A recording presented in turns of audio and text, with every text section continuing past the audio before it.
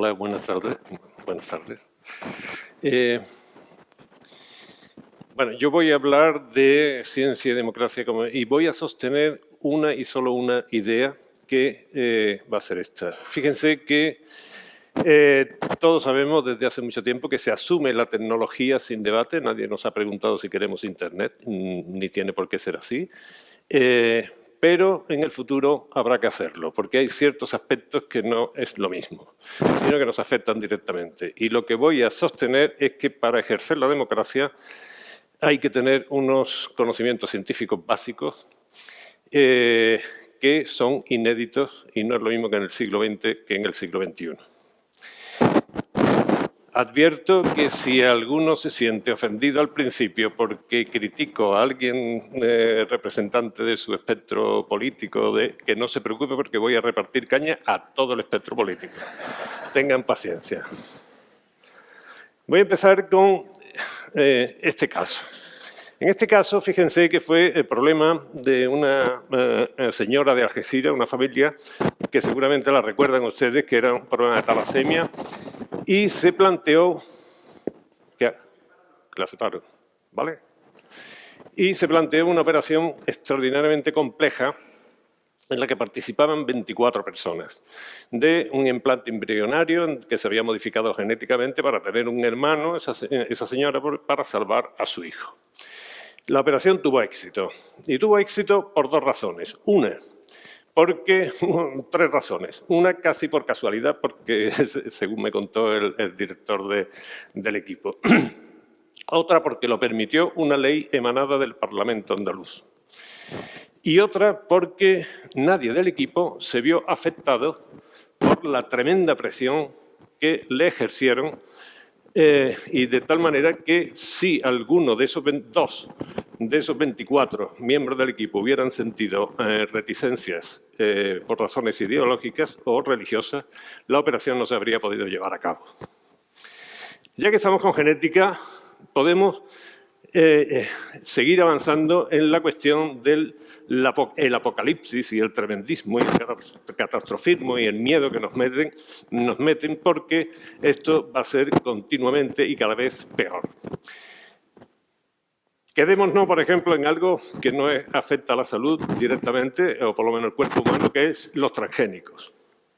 Los transgénicos es lo que se ha hecho toda la vida por intuición, por parte de los agricultores, pero ahora hecho de una manera mucho más consciente. ¿Esto qué significa? Que la revolución verde que se hizo en los años 60 o 70 para eliminar buena parte del hambre del mundo ahora lleva a un estadio superior que es la de suministrar una mejor nutrición. Bueno, pues para esto hay unas reticencias enormes. Esto no está mal, ¿no?, que se haga, pero el problema está en que esto está modificando los objetivos. Y yo creo que la cuestión está esencialmente en esta pegatina. En esta pegatina, si ven, está contra los transgénicos, pero cómo termina es en contra de las multinacionales. Entonces, no se ataca a las multinacionales, no se ataca al sistema económico, se ataca a los transgénicos, ¿no? Con lo cual se distorsiona absolutamente todo al ideologizar un problema científico. Estamos con la conquista, fíjense en las comillas, ¿no?, la conquista del espacio por los astronautas. Yo supongo que ustedes saben que la historia de esto fue un delirio de la Guerra de las Galaxias de Reagan. Esto significó una cuestión esencialmente militar. Ya a Reagan le dijeron que eso no servía absolutamente para nada. ¿Por qué? Por una razón muy sencilla. Un laboratorio en órbita, lo único que se diferencia de un laboratorio en tierra es en la fuerza de la gravedad. La fuerza de la gravedad es 10 elevado a menos 36 veces más débil que la fuerza electromagnética. Entonces, cualquier experimento que se pueda hacer ahí es prácticamente irrelevante desde el punto de vista científico. Eso se lo dijeron, pero como era una cuestión estratégica, siguió y al final, cuando a Clinton le dijeron que eso no valía para nada, pues dijo, bueno, pues lo que tenemos que hacer es, en lugar de tirarlo como hicieron los rusos, pues que pague todo el mundo. Lo hacemos internacional. Y pagamos todos. para que estos astronautas piensen que las comillas vienen a que lo de la conquista del espacio, si esta tarima fuera la Tierra, la Estación Espacial Internacional estaría a varios centímetros. O sea, está a menos distancia que de aquí a Madrid. ¿Está claro? 420 kilómetros. O sea, si eso es el espacio, ya me diré. Y si son astronautas, la estrella más cercana son 4 años luz. Bueno, entonces, esto sirve para algunos aspectos tecnológicos. Desde luego, nosotros pusimos un astronauta con la bandera nacional más grande que se ha visto en un traje de astronauta. O sea que, y hoy día, pues ya se ha perdido todo glamour. El único astronauta ahora mismo con glamour es Wolowitz, ¿no? Y esto detrae presupuesto a una exploración espacial que realmente es muy buena, que es la instrumental. Y esto nos está dando una información magnífica. Y en este sentido, yo, como se está explorando el espacio también, ya hemos tenido últimamente una alegría bastante grande con las ondas gravitacionales. Perdón, estoy mal, ¿eh? No estoy nervioso, estoy fastidiado de la garganta. No lo esperaba. Bueno, el caso es que, como se ha citado antes, el año pasado, o el anterior más bien, fue el bosón de Higgs. Este año han sido las ondas gravitatorias. Yo les aseguro que, como creo que tú eres el que ha mencionado, les aseguro que el próximo descubrimiento van a ser vida en alguno de esos exoplanetas que antes se han dicho. Esa vida será un miserable musgo, como eso, o será cualquier cosa, como antes también se ha dicho, ¿no? Pero lo que sí, esto va a revolucionar un montón de cosas. Por ejemplo, mucha pseudociencia y muchas creencias religiosas. Fíjense que ¿por qué hay que atacar la pseudociencia? Ya se ha dicho, 41% de jóvenes creen en los horóscopos y la astrología, 33% en la predicción de futuro, 29% en el magnetismo personal. Esto es una barbaridad, ¿no? Así no podemos manejar la sociedad, ¿eh? Entonces, la astrología, desde luego, ya la vamos a quitar, pero fíjense que en Google tiene unos 6 millones, si te crean esta tarde, ¿eh? Lo del diseño inteligente ya es tremendo, ¿no? Es oponer a la evolución natural un diseño que es supuestamente inteligente. Y esto, se cree uno que bueno, ¿qué más da, no? ¿Y qué más da? ¿Qué más da? No. Ha habido en las últimas elecciones de Estados Unidos la posibilidad de que el presidente hubiera sido un mormón. Eso significa una persona que tiene unas creencias que como mínimo podríamos decir enloquecidas, ¿no? Y desde luego creen en el diseño inteligente. El presidente de la potencia mundial más científica y tecnológica del mundo, ¿no? Y también en Estados Unidos habría que tener muy presente esto, que fue el caso Kitzmaier contra el distrito. Fueron unos padres que denunciaron el diseño inteligente y este juez, yo creo que su sentencia deberíamos de tenerlas todo en la cabeza, ¿no? Él dijo, el diseño inteligente no es un concepto científico y por lo tanto no puede ser enseñado como si fuera ciencia en las escuelas. Y esto dijo que era una manera subrepticia de introducir la religión en las escuelas, lo cual viola la primera enmienda de la Constitución de Estados Unidos. Eso en el país posiblemente más religioso del mundo. O sea que nos damos cuenta que enseñar la religión en las escuelas no tiene nada que ver con el ateísmo ni estar en contra de la religión, ¿eh? Insisto, esto fue en Estados Unidos. Bueno, de la homeopatía ya se ha hablado, ¿no? Y mejor lo pasamos un poco por encima, pero lo de las pulseras mágicas, ya hablando de la salud. Mire, que esto lo haga un cierto personaje público, pues tampoco es muy importante, ¿no? Lo malo es cuando ya se acerca al poder político. Esto empieza a preocupar más, incluso esto no preocupa tanto. No, porque sería la primera vez en 300 años que los españoles nos preocupamos por el nivel intelectual de un Borbón, o sea, que eso no es tan preocupante. Pero este señor sí que estuvo a punto de ser ministro de Asuntos Exteriores, porque estaba en la Comisión de Exteriores del PP. Pero es que llegó a ser ministra de Sanidad, ¿eh? Una persona que creía en las pulseras milagreras, ¿no? Eso ya sí es mucho más preocupante, ¿vale? Entonces hay que atacar a la pseudociencia porque la democracia está siendo atentada por esto. Si nos pasamos ya al terreno de la energía, la cosa es mucho más preocupante. Piensen que la energía es el tercer elemento fundamental para la humanidad. Es decir, la vivienda digna, la alimentación, quizás el vestido y, desde luego, después la energía, ¿no? Esto, como saben ustedes, es una superposición de unas 10.000 imágenes, porque no hay ni una nube, ¿eh? Y ven cómo está el mundo dividido por la energía, ¿no? El norte, el sur, cómo está África, etcétera, etcétera. Con la energía todavía tenemos 1.600 millones de personas que no tienen acceso a la electricidad, ¿no? Y la fuente de energía son los combustibles fósiles todavía. Eso ha sido el siglo XX. Esto no puede ser en el siglo XXI ya. ¿Por qué? Bueno, primero, fíjense quiénes son los dueños del petróleo, el gas y el carbón, ¿no? Hombre, afortunadamente caen algunos, ¿no? Pero estos siguen siendo los dueños, ¿no? Esto no se puede permitir que estemos sometidos a este tipo de gobierno mundial.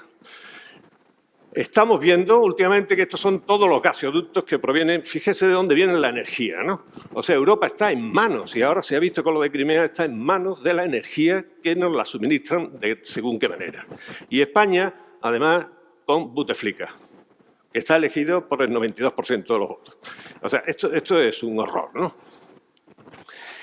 Se habla mucho de la seguridad y demás, y no se plantea esto. En el año 2006, las muertes al año se estimaban por la contaminación del gas y el petróleo y el carbón en 1,5 millones. Uno dice, ¿esto es exagerado? Pues no, señor, se ha vuelto a repetir los cálculos mucho más recientes, esto es de la semana pasada, y tenemos que la Organización Mundial de la Salud ha rebajado de 1,5 millones a 1,3 millones de muertos al año, ¿eh? La mitad, o sea, casi la mitad niños. Y las muertes, esto es nuevo, las muertes atribuibles a fuego doméstico por calentar y cocinar, unos 2 millones. O sea, el siglo XXI no puede aguantar esto. Y las enfermedades, esto es de Lancet, no es ninguna revista tonta, son muertes por cáncer de pulmón atribuibles a la contaminación 200.000, ¿no? Esto es un problema de seguridad de verdad. Pero tenemos la solución, ¿eh? Aquí están las nuevas energías. Tenemos la solución, son las energías renovables. Con las energías renovables, lo primero que se ha dicho y se dice y se mantiene es que como las nucleares, por ejemplo, son de derecha, las renovables son de izquierda, ¿no? Estamos hablando de democracia, ¿no? Pero aquí lo que se olvidan algunos es, por ejemplo, y esto no es una caricatura, sino que son datos. Endesa, la única gran empresa del sector fotovoltaico, tiene instalada la misma potencia que la Duquesa de Alba. Pues si esto es izquierda. El despegue eólico se inició en el gobierno de Aznar. Esto les duele mucho a los que mantienen esto. Quien más renovable ha instalado en este país ha sido Franco. Franco, sí señor.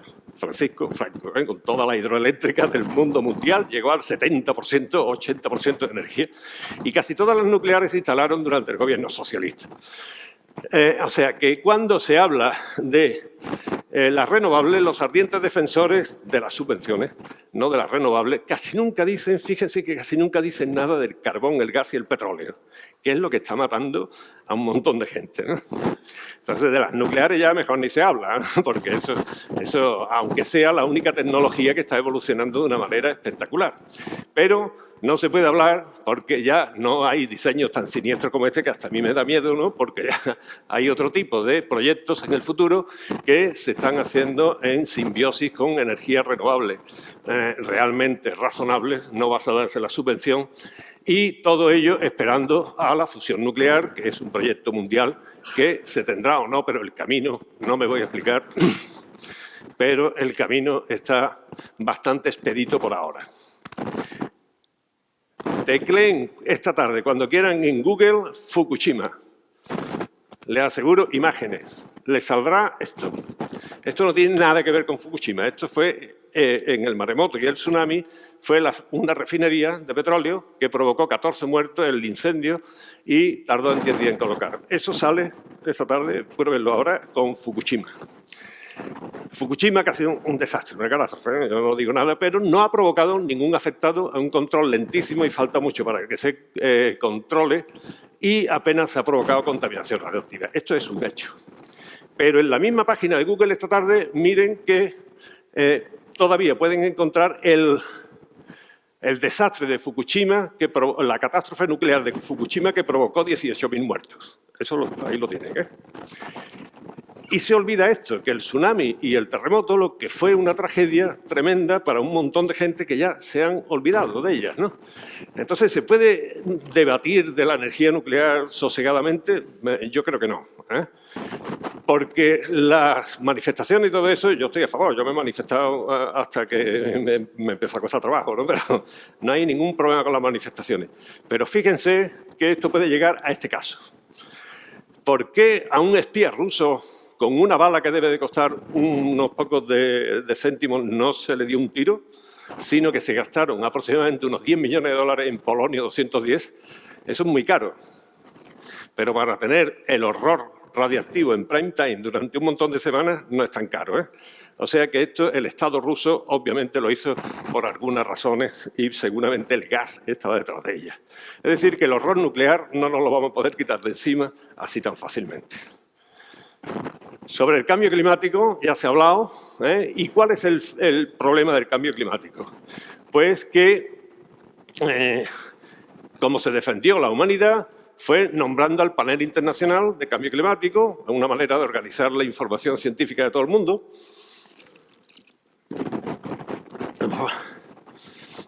Y se analiza los datos que se están produciendo en el mundo. Pero surgió un señor, Al Gore, ya se ha citado antes. A este le dio por recorrer todo el mundo en un jet privado, dando unas conferencias preciosas, magníficas. El problema es que él era un político. Y cuando le hacían ciertas preguntas respondía barbaridades. Es lógico, como si le preguntan a uno cosas que no sabe. ¿Cuál era la conclusión? Que le dieron el premio Nobel a los dos, pero los oponentes políticos de Al Gore dijeron, como ese miente, lo que ocurre es que los que están a favor del cambio climático son los de su partido y como miente es que están en contra. No hay cambio climático. Los conservadores fuera y se ha ideologizado un problema político. Esto ya, y en la última, creo que voy a terminar a tiempo, esta señora no quiero ni poner el nombre quién era. Esta señora era la consejera del Land de Hamburgo cuando se declaró el brote de epidemia de E. coli, hace unos años. Esta salió con un poderío tremendo en la televisión diciendo que eran los pepinos españoles, fundamentalmente, y otras, estos se acuerdan todos ustedes, ¿eh? Yo veo todos los días o uno o dos telediarios alemanes porque es que mi mujer es alemana, entonces estoy viendo los alemanes. Entonces salía que sí pongo su nombre, salía el científico también en televisión, era tímido, tenía un poderío tremendo, ¿no? Salía, porque como todos los científicos, hombre, yo creo que esto es muy complicado, habría que, no estoy seguro, así miraba para afuera de la cámara, enseñaba unos gráficos que no entendía nadie le hizo caso. Habría que esperar, había que investigar, etcétera, etcétera. La consecuencia fue esta: 32 muertos, 450 contagiados y 1.700. Por nuestra parte, nos quedamos asombrados, y lo único que nos quedó a los andaluces fue comernos los pepinos. Esto es lo que no puede ser. Por tanto, la educación es fundamental a todos los niveles y, además, lo que creo que puede contrarrestar esta agresión a la democracia de la ignorancia científica es los periodistas, la divulgación y tener unas miras amplias para poder ejercer la democracia como se debe. Nada más y muchas gracias.